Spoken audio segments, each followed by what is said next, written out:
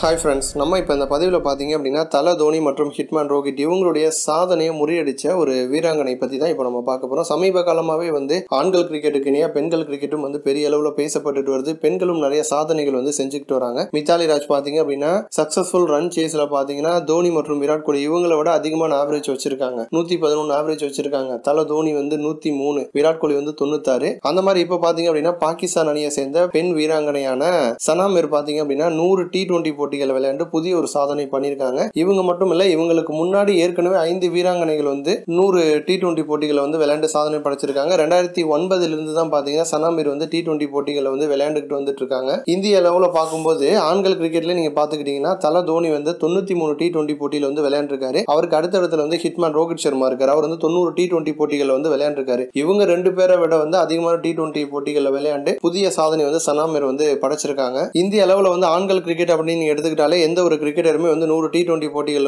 விளையாண்டது கிடையாது. இன்னொரு 7 T20 போட்டி இருக்கு. அதுலயும் தல தோனி விளையாண்டாரு அப்படின்னா 100 T20 போட்டியில விளையாண்ட முதல் இந்திய கிரிக்கெட் வீரர் அப்படிங்கிற சாதனையும் தோனி பண்ணுவாரு. இது போன்ற இன்னும் பல ஸ்போர்ட்ஸ் செய்திகளை தெரிஞ்சுக்க ரெட் கலர் பாக்ஸை கிளிக் பண்ணி நம்ம சேனலை சப்ஸ்கிரைப் பண்ணுங்க. இந்த வீடியோ உங்களுக்கு பிடிச்சிருந்துச்சு அப்படின்னா லைக் பண்ணுங்க, ஷேர் பண்ணுங்க. நன்றி.